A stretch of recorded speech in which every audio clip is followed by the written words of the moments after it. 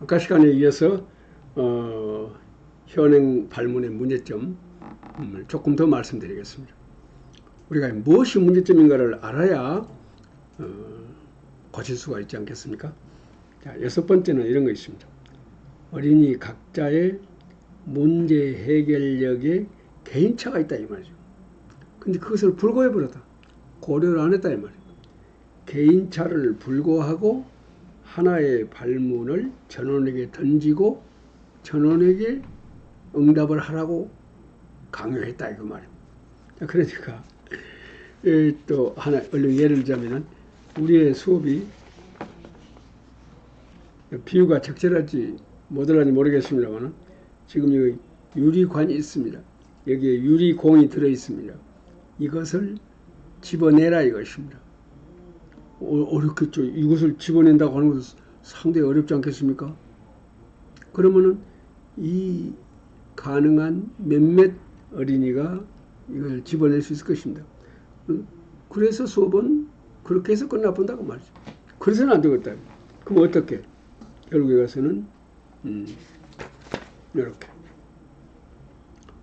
이렇게 조금 도움을 준다 이 말이에요. 그러니까 이 상태에서 끌어낸 어린이들은 끌어내고 도저히 안 되겠다. 그런 어린이들은 선생님한테 와서 도움을 받습니다. 그러면 선생님은 여기다 손잡이를 조금 준다 이 말이에요. 그러면은 인자는 하겠다. 그런 어린이는 자리에 들어가서 자기 나름의 생각을 하고 그래도 안 되겠다 하는 어린이들은요. 조금 더 길게 조금 더 꽉 잡고 요것은 두 손가락으로 요것은 완전히 잡고 인자 되겠다. 그러면 자리 들어가서 생각하도록 하고 그 다음에 그래도 안 된 어린이는 어쩌겠습니까? 남아있단 말이죠. 그래도 안 된 어린이는 남아있어가지고 선생님이 이렇게 도움을 준다 그런 말이에요. 그럼 어쩌겠습니까? 이 손가락을 넣어가지고 누구든지 다 이끌어낼 수 있지 않겠습니까? 이렇게 해서 말하자면은 또 그 난도에 따라서 그 문제를 해결할 수 있는 어린이가 있는가 하면은 못하는 어린이가 있다고 말합니다. 그래서 못하는 어린이를 그대로 버려둘 것이 아니라 지금까지는 안 사람만 손들고 발표시키잖아요. 근데 그러지 말고 응분처우를 한다 그 말입니다. 다시 말하면 그 어린이의 능력에 맞추어서 응답하도록 방금 그것을 보여드렸습니다. 자, 이거는 자주 예를 든 것입니다만은 지금 이 경우에 3학년에 보면은 있는 교재 아니겠습니까? 근데 컵을 거꾸로 해서 수직으로 밀어넣었을 때에 과연 이 배는 어떤 변화가 보이겠느냐. 이때 3학년 어린이들이기 때문에 이렇게 보기를 준단 말이에요. 보기를 줘서 대부분 어린이들은 여기라고 그럽니다. 이것이 3학년 어린이들의 지식입니다. 자, 그런데 그러면 정말 그런가요? 하고 이제 실험을 해봅니다. 밀어 넣어본단 말입니다. 그런데 이렇게 될 때 그 다음에 이렇게 돼본다 이 말이에요. 어린이들이 깜짝 놀랍니다. 왜 놀랄까요? 자기들이 가지고 있는 지식이나 상식과는 전혀 다른 정보가 이곳에 있기 때문에 그렇습니다. 이럴 때 어린이들 머릿속에는 왜 물이 들어가지 않지? 하는 것이 어린이들의 문제의식입니다. 이것은 문제의식입니다.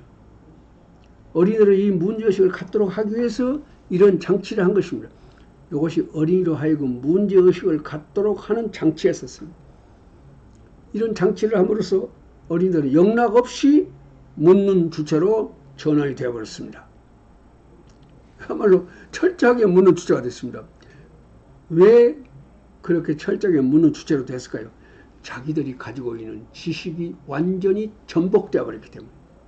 자기들이 가지고 있는 지식과는 전혀 다른 현실이 눈앞에 있다 이 말이에요. 인간은 이와 같이 자기가 기와에 가지고 있는 지식이나 상식이나 경험과 어긋나거나 그것을 부정하는 정보에 접했을 때에는 지적 균형을 잃어버리고 잃어버린 균형을 회복하기 위한 노력을 한다 이 말이에요. 이 회복하기 위한 노력이 곧 사고다 그 말이에요. 그러니까 어린이로 하여금 사고하도록 하기 위해서는 그들이 가지고 있는 지식이나 상식이나 경험과 어긋나거나 그것을 완전히 부정해버리는 그러한 정보를 제시해 주는 것. 그러면 이 경우와 같이 이상하다 이거예요. 물이 틀림없이 여기 들어가야 할 건데 왜 물이 안 들어가냐 이것이죠. 인간은 이와 같이 묻는 주체가 되면은 영락없이 사고하게 돼 있다. 왜 그러냐면은 말씀드린 것과 마찬가지로 이건 매우 중요한 법칙이기 때문에 선생님들 조금 다시 한번 설명해 보겠습니다. 인간은 자기가 기왕에 가지고 있는 지식이나 상식이나 경험과 어긋나거나 그것을 완전히 부정당하거나 그것을 완전히 전복당하거나 이랬을 때는 그야말로 지적 균형을 잃어버린다. 사람이 균형을 잃어버리면은 어쩌고 신체적인 균형을 잃어버리면 어쩌겠습니까? 넘어질 수밖에 없죠. 그래서 안 넘어지기 위해서 노력을 합니다. 이와 같이 신체적인 경우나 정서적인 경우나 지적인 경우나 균형을 잃게 되면 잃어버린 균형을 다시 회복해서 정상 생활을 하도록 하기 위해서 노력한다 말입니다. 있는 힘을 다해서 회복하려고 노력한다. 이 지적인 경우에는 그 노력이 곧 사고다 그 말입니다. 그러니까 어린이로 하여금 사고하도록 하기 위해서 어찌하겠습니까? 그들이 가지고 있는 지식이나 상식이나 경험을 부정하는 정보, 부정하는 현실을 눈앞에 보이도록 한다고 말이에요. 그러면 어린이들은 영락없이 사고하게 되어 있단 말이에요. 야, 너희들 그만 생각해 하더라도 숨어서라도 사고하게 되어 있다 이거 말이에요. 야, 그러면은 아까 왜 물이 안 들어가지 하는 것은 문제의식입니다. 이와 같이 문제의식을 가졌을 때에 어린이들은 사고하는 주체가 된다 이 말이에요. 문제의식을 갖도록 만들었습니다. 자, 근데 우리는 이 문제의식을 바로 학습문제로 칠판에서 적어본다고 말이에요. 자, 그러면 이 시간에 왜 컵 안으로 물이 들어가지 않는가? 이 시간에 그걸 공부하지 않니? 이런 식으로 해서 학습문제로 딱 써준다. 그러면 왜 물이 들어가지 않냐? 아무런 실마리가 없습니다. 힌트도 없습니다. 지식도 아무것도 없습니다. 어떻게 생각하면 뭔가 실마리가 있어야 찾아갈 것인데 찾을 방법이 없습니다. 그래서 아까 말씀드린 대로 그것이 우리의 수업의 문제점인데 그래서 가르쳐줘야 쓴단 말이에요. 적당한 정도 50% 정도 가르쳐주고 그 가르쳐준 지식을 가지고 나머지 50% 문제를 해결하도록 해야 쓰겠다 이 말입니다. 절대로 문제의식이 학습문제가 돼서는 안 되겠다 하는 것입니다. 자, 이건 왜 컵 안으로 물이 들어가지 않을까? 또는 컵 안으로 물이 들어가지 않는 까닭은 무엇일까? 요것은 문제의식이다 이 말이에요. 근데 우리는 이 문제의식을 바로 학습문제로 해버린 경우가 대부분이다 그것이고. 왜 그러냐? 그 까닭이 무엇이냐? 하고 그것을 왜 까닭형 발문이라고 내가 이름을 지었는데 그런 발문이 거의 100%입니다. 내가 본 수업에 한해서는 그렇더라 이것입니다. 자, 그러면 어떻게 물을 것이냐? 아까 말한 대로 가수준, 제일 높은 수준이죠. 컵 안에서 물이 들어오지 못하도록 막고 있는 것이 있다. 그래서 물이 못 들어간다 이거예요. 막고 있는 것은 누구냐? 이렇게 묻는 거. 이제 알겠다. 그러면 애기들이 답을 생각하겠죠. 자, 이것에 대해서 답을 가수준인데 가수준 물음에 대해서 잘 모르겠다. 선생님이 도움이 필요하다. 그런 어린이 나오세요. 그러면 교탁으로 애기들이 나옵니다. 나온 애기들한테는 무엇을 줄까요? 하고 풍선 안에서 나온 것은 그때 풍선을 이렇게 부풀어 가지고 2학년 때 실험했던 거 풍선을 딱 부풀어 가지고 풍선 바람 잡아 넣는 거 입을 그대로 놔보면 어쩌겠습니까? 바람이 막 후에 나오고 있죠. 종이를 찢어가지고 대부분 종이가 팔랑팔랑 한단 말이에요. 자, 이 안에서 나온 것이 무엇입니까? 그러면 2학년 때 배웠기 때문에 공기입니다. 한단 말이에요. 이제 공기라는 존재를 어린이들이 알고 있단 말이에요. 공기는 존재하되 눈에 보이지 않는다고 하는 사실을 2학년 때 다 배웠단 말이에요. 그리고 이 공간에는 이 방이라는 공간, 교실이라는 공간, 저 밖에 모든 공간에는 공기가 가득 차 있다고 하는 사실을 2학년 때 배웠다고 말이에요. 그러면서도 그것은 눈에 보이지 않는다는 것을 2학년 때 배웠단 말이에요.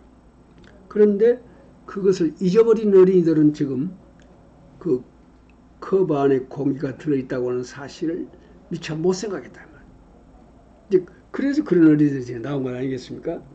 자, 풍선 안에서 나온 것은 무엇입니까? 애들이 공기입니다. 그런단 말이에요. 예, 또 실제로 이런 실험을 2학년 때 했던 실험을 한번 해보면 좋겠죠. 네, 교실 안에 가득 차 있는 것은 무엇입니까? 공기입니다. 그러면 컵 안에 가득 차 있는 것이 무엇입니까? 아, 공기다. 선생님, 공기가 가득 들어있으니까 못 들어가는 것입니까? 그렇고 애들이 말할 것 아니겠습니까? 그래서 결국은 공기라고 하는 것은 눈에도 보이지 않지만은 그것은 가득 들어있다. 컵 안에도 가득 들어있다.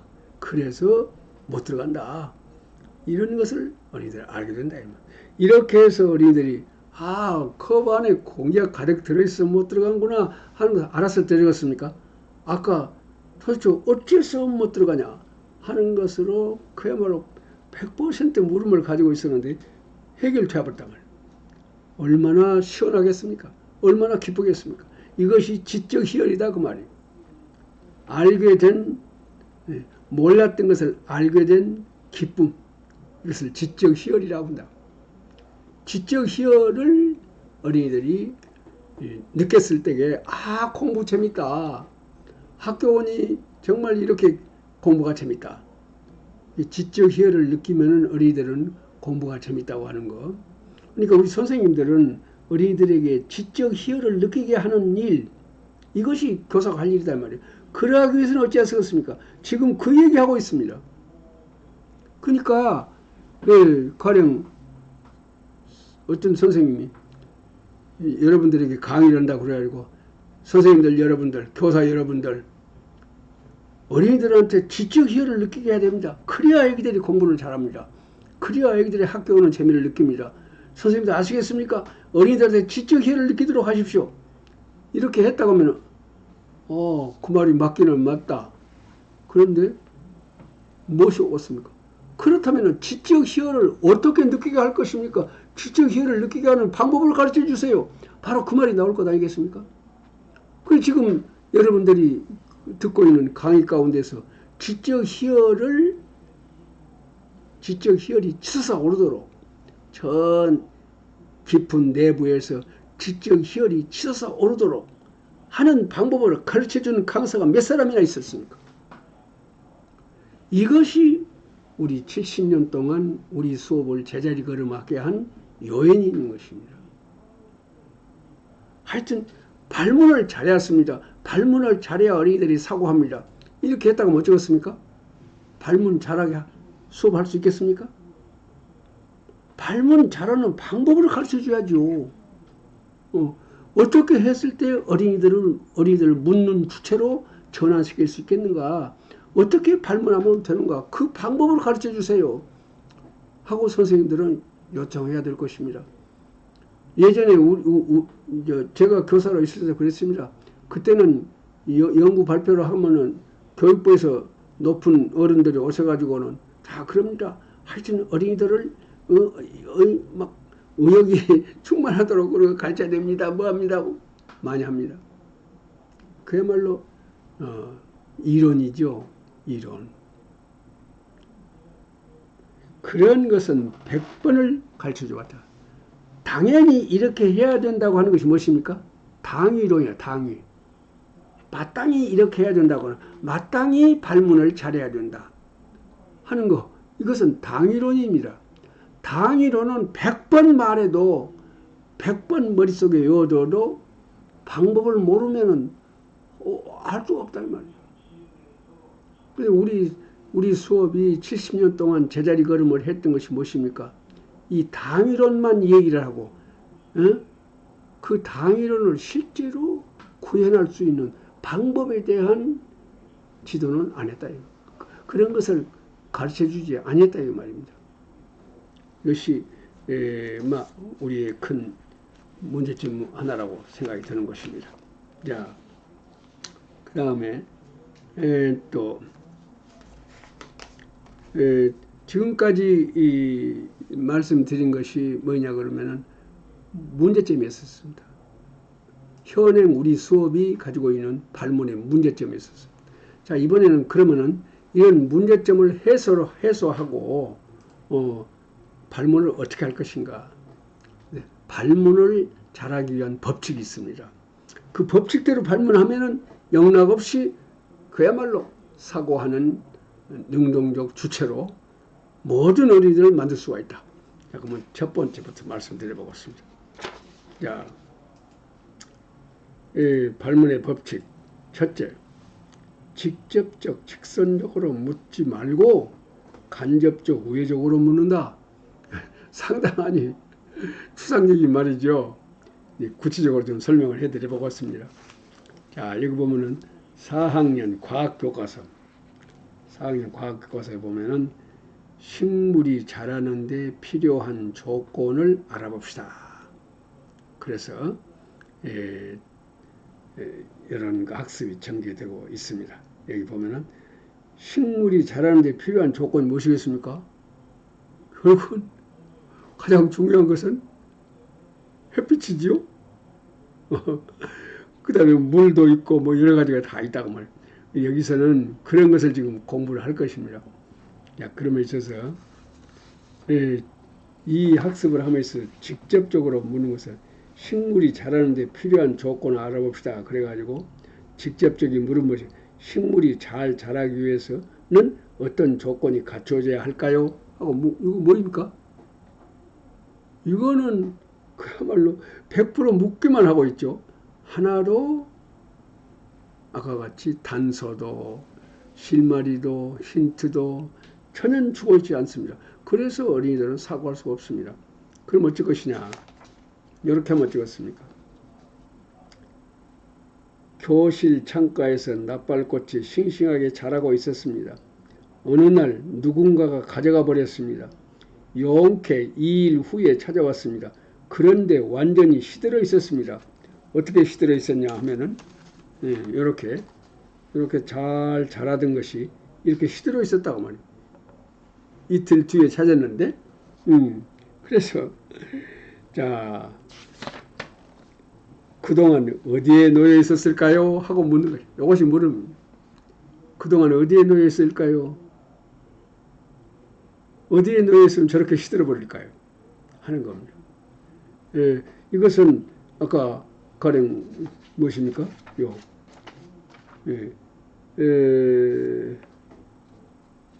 이렇게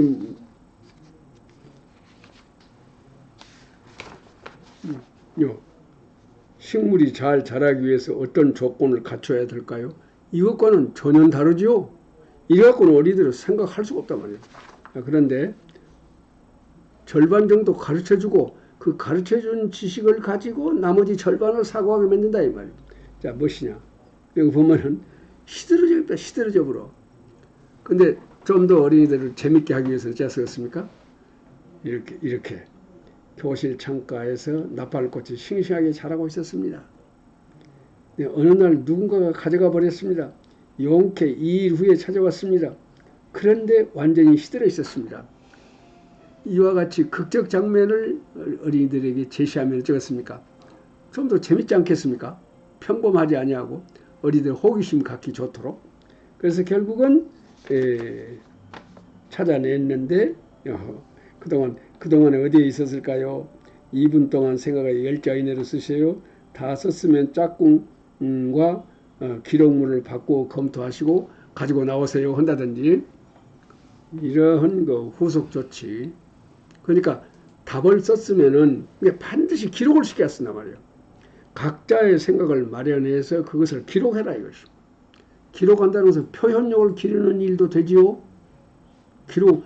지금 제가 그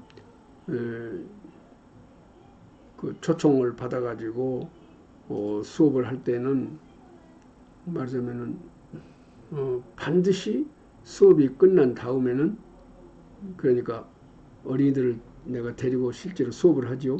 이 수업이 끝난 다음에는 어린이들에게 수업 소감을 써달라고 얘기를 합니다. 그래서 그 소감을 읽어봅니다. 그 읽으면서 뭘 느끼냐 그러면 세상에 이 5학년이 되었고 4학년이 되었고 3학년이 되어갖고 이렇게밖에 못 쓸까. 두 줄, 석 줄 쓰는 것이 아주 잘하는 애기들이 쓰는 거예요. 보통 한 줄 쓰고 두 줄 쓰고 그 내용도 참으로 한심스러운 내용이 많습니다. 왜 그럴까요? 어린이들이 쓴 경험이 없어. 이때까지. 그래서 글짓기 시간을 만들어서 일부러 글짓기 지도하는 것도 좋지만은 날마다 쓰게 만든단 말이에요. 무엇입니까? 자기 나름의 생각을 했으면은 이 생각을 노트에 적자. 적을 때는 남이 읽어보고도 내 생각을 환히 알 수 있게 적자 이 말이에요. 남이 읽어봐도 내가 생각한 바가 무엇인가를 알 수 있게 쓰라. 그렇게 그것을 하루 한 번, 두 번 하고 되겠습니까? 1년 내내 어쩌겠습니까? 1학기가 지난 다음에 여기들이 글을 얼마나 썼을까요? 몇 줄을 아주 훌륭한 표현을 1년 동안 그렇게 훈련시키면 어쩌겠습니까? 결국 교육이라서 훈련하기 위해서요. 훈련시키기 위해서입니다. 자, 어쨌든 지금 막 그런 식으로 해서 직접적, 직선적으로 묻지 아니하고 간접적, 우회적으로 묻는다 하는 이야기를 했습니다. 자, 그 다음에 발문 법칙 두 번입니다. 발문의 법칙만 알고 있으면요, 이 법칙대로 발문 만들면 됩니다. 자, 발문 안에 당해 문제 해결에 필요한 최소한의 지식, 정보, 자료 등 단서, 곧 실마리가 곁들여 있어서 말하자면 성패후 확률이 50%쯤 되게 만들어서 던져야 쓴다 그 말. 그러니까 한 절반 정도는 가르쳐주고 절반 정도는 가르쳐주고 그 가르쳐준 절반 정도의 지식을 가지고 나머지 절반을 생각하도록 이렇게 하자 그런 말입니다. 가령 예를 하나 들어보자면은 지난 시간에 찾아냈던 직사각형 넓이를 구하는 방법을 이용하여 직각삼각형의 넓이를 구하는 방법을 공유합시다. 여기 직각삼각형의 넓이를 지금 공부하게 되어 있다. 근데 지난 시간에 사각형 넓이 내는 방법을 배웠으니 그것을 이용해서 그 지식을 이용해서 삼각형 넓이 내는 공식을 찾아보자 이것이. 절반을 가르쳐주고 있는 거 아니겠습니까? 사각형의 넓이를 내갖고 대각선을 그어버리면은 절반이 된다 이 말. 그럼 사각형 넓이 내서 2로 나눠버리면은 이것이 삼각형 넓이구나 하고 얼른 알 수가 있을 것입니다. 그러니까 모든 애기들이 다 그렇게 안다고 볼 수 없습니다. 그래서 어렵다고 생각하면 선생님께 나오세요. 아까 같이 가 수준에서 이번에는 나 수준으로 가르쳐준단 말이에요. 어쩌고 가르쳐요? 지금 교탁으로 나왔습니다. 그 애들한테는 얘들아 이거 뭐지? 그러면 직사각형이다. 어저께 공부했던 것이야. 넓이 어떻게 냈지? 하고 가로 재고 세로 길이 재가지고 곱하면 나온다는 거 어저께 다 배웠단 말이야. 다 알고 있습니다. 배운 것이라는. 그렇다면은 이 사각형 넓이를 알았으니까 삼각형 넓이 낼 수 없을까? 그러면 여기다 이제 알았다.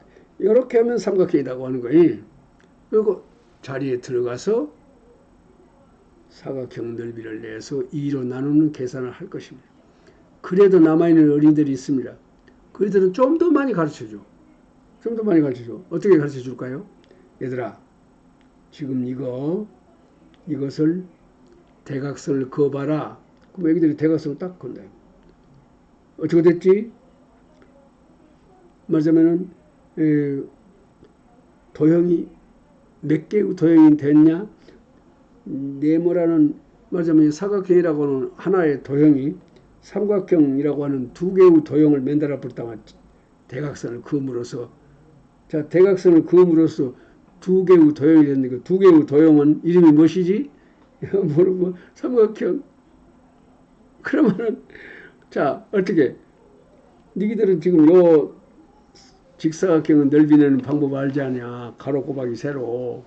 그런데 여기는 삼각형이 두 개 나와 있으니 어찌고 하면 쓰겠냐? 하고 가르쳐 준단 말이에요. 그러면 어린이들은 선생님 이제 알았습니다. 결국 직사각형 넓이 내에서 절반이면 되겠네요 하고 알 것이고, 그래도 모르는 어린이들은 어찌 쓰겠습니까? 가르쳐 준다 이 말이에요. 그래도 모르는 어린이는 그러므로 다 설명해 줘. 그러므로 결국은 직사각형 넓이를 가로 곱하기 세로 내갖고 절반이니까 이 절반 아니냐, 절반이니까 그것을 2로 나누어 이렇게 가르쳐줘서, 그래서 가로 곱하기 세로 나누기 2라고 하는 삼각형 넓이 내는 공식을 가르쳐준다 이 말이에요. 그래서 많은 어린이들은 자기들이 생각해서 공식을 찾아냈지만은 몇몇 어린이들은 선생님이 가르쳐 줘서 삼각형 넓이 내는 공식을 알았다 이것이죠. 그래서 어떠한 삼각형이라도 밑변과 높이만 주면은 곱셈으로 해서 나누기 해가서 넓이를 낼 수 있게끔 된다 이 말이에요. 그러니까 이 마지막까지 남아있는 어린이는 선생님이 잘 가르쳐 주어서 지식을 갖게 만들었습니다 이 말이에요. 자기가 공식을 자기 스스로 찾아내지는 못했지만은 선생님이 가르쳐준 덕택으로 공식을 알아가지고 밑변과 높이만 알면은 얼마든지 낼 수 있다 이 말이죠. 시험에는 그 원리를 설명이라는 시험은 별로 나오지 않고 원리를 사용해서 답을 얻어내는 시험이 많이 나오니까 이 선생님 마지막까지 남아있어서 선생님한테서 지식을 배워서 알고 있는 이 어린이들도 시험 문제에는 다 100점 맞은다 이 말이죠. 나는 그 서울대학을 나온 어떤 수학 선생님으로부터서 그런 얘기를 들었습니다. 자기는 실은 그 분수의 나눗셈을 어째서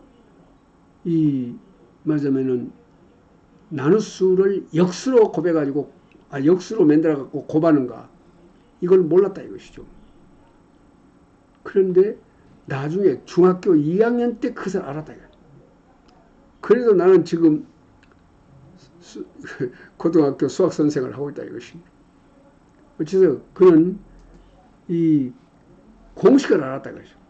선생님이 가르쳐준 공식을 알아가지고 그 공식대로 품격 다 풀어지다. 그래서 항상 수학은 100점 맞았다 이것이죠. 그래서 결국 언젠가는 그 원리를 알게 되더라 그 말이에요. 그러므로 먼저 지식을 가르쳐 놓고 그런 어린이들에 대해서는 그 다음에 그가 언젠가는 그 원리를 터득하게 된다 이 말이에요. 그러니까 그 시간의 차가 있다고 말이에요. 시간에 개인차라고 하는 것은 바로 그 시간의 차다. 그러지 않습니까? 자, 그 다음에 또 각자에게 성패의 확률이 50%인 정도의 난도로 물을 만들자, 이런 얘기고, 자, 아까 했던 이 얘기입니다. 다른 말로 말하면은 이렇게 물음의 지적 사정거리 안에다가 지적 사정거리 안에로 어린이들을 데려다 놔야 된단 말이죠. 이런 것도 그 애기들을 지도할 때 하나의 방법이 되고 있습니다. 요거 또 자, 그 다음 요거 지금 못의 크기가 다 똑같이 그려져 있고 잘못된 것입니다. 선생님, 못의 크기가 점점 작아져야 쓰겠죠. 그래야 잡아당길 것인데. 그 다음에 세 번째입니다. 세 번째는 반문에 보시 세 번째. 문제 해결력의 개인차의 교탁법을, 아까 말씀드린 교탁법 있었죠. 처음에 준 문제를 해결하기 어렵다 하는 어린이는 선생님에게로 교탁으로 나왔어. 그래서 선생님이 적당한 정도 가르쳐 줘서 알았다 하는 어린이는 제 자리에 들어가서 해결을 하고요. 그래도 남아있는 어린이들은 좀 더 가르쳐줘. 더 가르쳐줘서 알았다고 하면 또 들어가고. 끝까지 남아있는 어린이 어째 갔습니까? 아까 말씀드린 대로 선생님이 아주 잘해 잘 가르쳐주었습니다.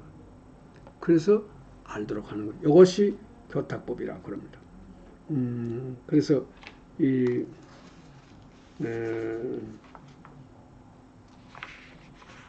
교탁법에 대해서는 기왕에 설명을 했으니까 이 정도로 하고요. 이 모기갱이지로라고 하는 뇌과학자의 말을 잠깐 읽어보겠습니다. 사소한 일이라도 자신이 해낸 일을 그때마다 인정받으면 뇌는 그때마다 기뻐한다 이것이. 뇌를 기뻐하게 했습니다. 너무 높은 목표를 설정하면 그것을 달성하고자 하는 의욕을 잃게 하기 쉬우므로 그럴 경우는 능히 달성할 수 있는 정도의 작은 문제로 세분하여 준다. 이와 같이 작은 달성을 하게 하여 작은 달성감을 쌓아 올림으로써 뇌를 기쁘게 하여 큰 도전감을 키워나간다. 아주 중요한 원리라고 볼 수 있겠습니다. 결국은 50%쯤 가르쳐주자 하는 얘기, 결국 이것입니다. 가수주는 절반을 가르쳐주고 나머지를 생각하고, 나수주는 약 70% 정도 가르쳐주고 나머지 생각하고, 다수주는 80%지 85% 가르쳐주고, 그래도 모르는 애기들은 어쩌겠습니까? 선생님이 조단 잘 가르쳐준다. 그래서 완전히 그 지식을 획득할 수 있도록 하자. 이런. 중요한 것은 단 1%라도 조그마하게라도 자기 힘으로 해냈다고 하는 성취감을 갖도록 하는 것이 중요하다는 얘기가 되겠습니다. 또 그 다음에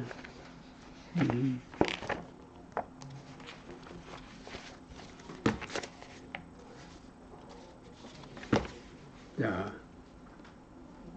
네 번째 법칙은 지적 기로에 세움으로써 헷갈리게 한다. 그러니까 지적 기로, 기로라는 것이 무엇입니까? 가령 등산하는 사람이 정상에 오르기 위해서 갑니다. 한참 가다가 보니까 길이 이것이 기로가 생겼다. 다시 말하면 길이 두 길로 나눠잡고 있단 말입니다. 근데 왼쪽 길이나 오른쪽 길이 똑같단 말이죠. 도대체 어디로 가야 정상 길이고 어디로 가면은 계곡으로 내려가는 길인가 알 수가 없단 말이죠.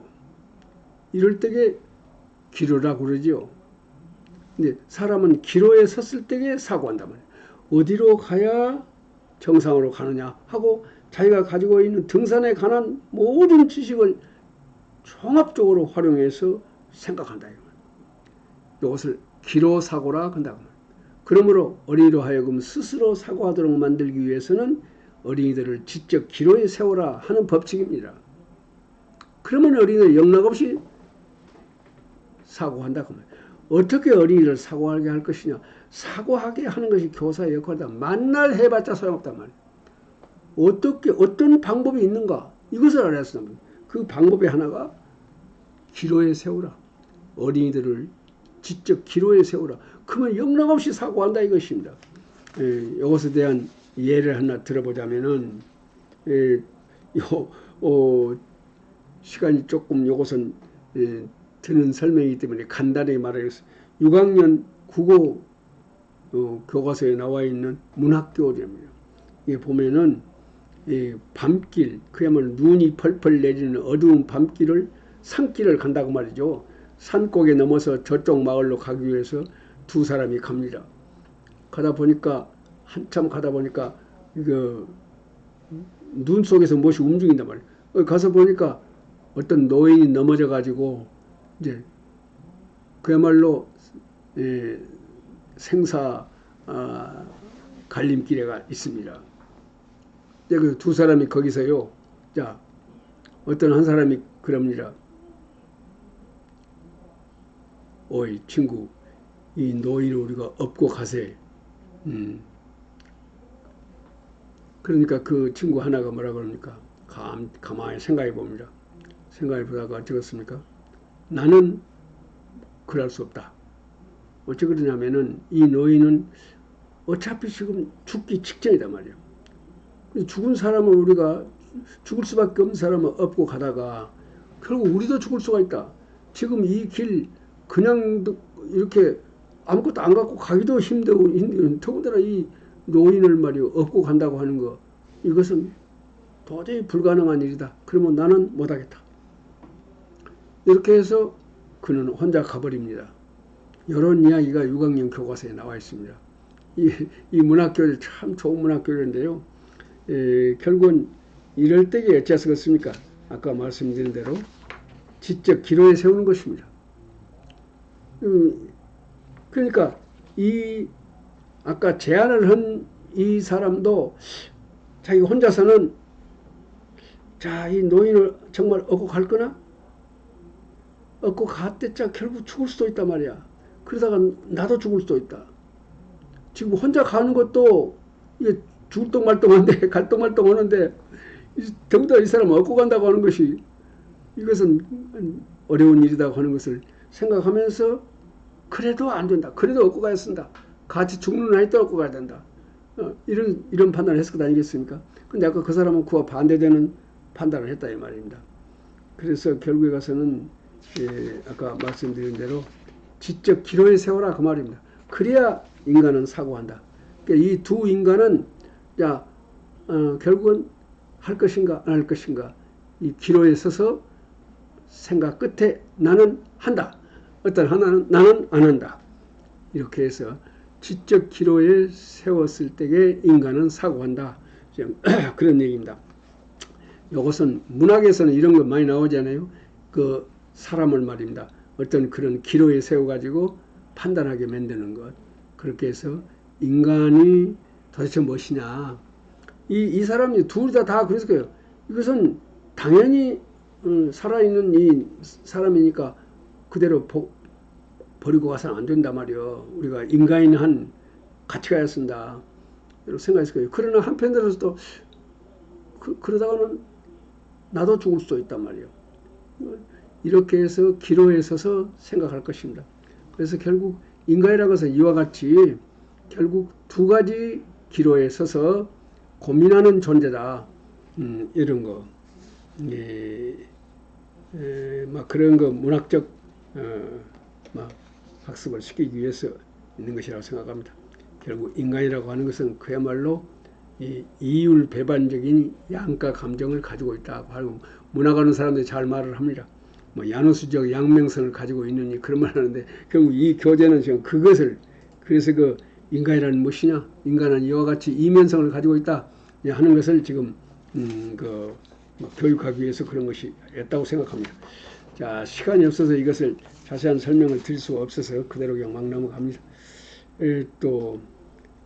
자, 다섯 번째, 발문 안에 사고하는 방법을 곁들여 주고 그것을 활용하여 사고하도록 한다. 지금까지 충분히 말씀을 드렸습니다만은 요건데 뭔 말이냐면 발문 안에 사고하는 방법이 들어있어야 한다 그 말입니다. 발문 안에 사고하는 방법 무엇입니까? 요것입니다. 자, A, B, U 두 가지 생각 중에서 옳다고 생각되는 쪽을 선택하시오. 사고하는 방법 어떤 것입니까? 선택하시오 하는 사고하는 방법을 주고 있습니다. 사고하는 방법을 가르쳐주고 있습니다. 선택해라. 둘 중 하나를 선택해라. 이와 같이 발문에는 선택의 시사가 되어 있었습니다. 그래서 이게 어떤 조건을 찾으시오 한다든지 어떤 A와 B의 관계를 찾으시오 한다든지 두 사람 중에서 누가 범입니까 하고 찾겠는데 순서를 찾겠는데 이 발문 안에 이와 같이 사고하는 방법이 들어있어야 쓴다 그 말입니다. 사고하는 방법입니다.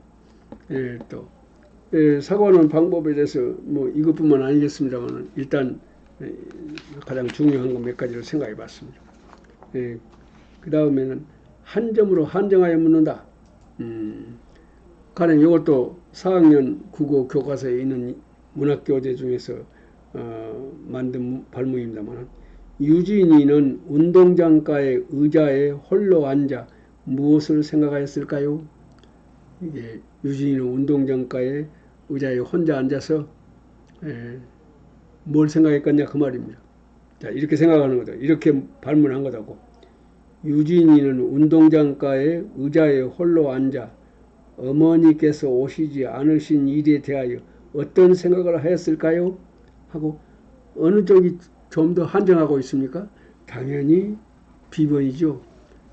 요 A번은요, 맞으면 유진이는 운동장가의 의자에 홀로 앉아 무엇을 생각하였을까요? 한정이 안 되어 있습니다. 여러 가지 것을 생각했을 거란 말이에요. 그런데 여기는 어쨌든 딱 한정이 되어 있어요. 한 가지만 생각하게 되어 있습니다. 그 의자에 홀로 앉아서 어머니께서 오시지 않으신 일에 대해서, 그날 어머니들이 학교에서 수업을 참관하는 날인데 유진이 어머니는 안 오셨어요. 안 오신 것이 유진이에게는 지금 큰 과제입니다. 그래서 유진이는 어머니가 오시지 않은 것에 대해서 어떤 생각을 하였을까요? 지금 우에 요 발문도 결국에 가서는 욱에서 하는 발문도 뭔가 물 것이 있을 거란 말이에요. 근데 그것을 딱 한정 지었을 것인데 한정 짓지 아니하고, 그럼 의자에 앉아서 뭐 생각했겠냐 이거다고. 의자에 앉아서 어머니에 대해서 생각했다는 것을 여기서 딱 한정해 주고 있지 않습니까? 그래가지고 그 어머니에 대해서 어떤 생각을 하였을까요? 이렇게 해서 한정하자 그 말. 다시 말해 이 말입니다. 이렇게 해서 자, 여기 볼록 렌즈에 보면은 이렇게 초점이 생기죠. 근데 말이 도중에서 종이를 대면 이렇게 물어서는 안 되겠다고 말입니다. 이렇게 오직 하나가 초점이 물음이 되었을 것다. 그 얘기입니다. 여기까지 얘기하고 잠깐 또 쉬겠습니다.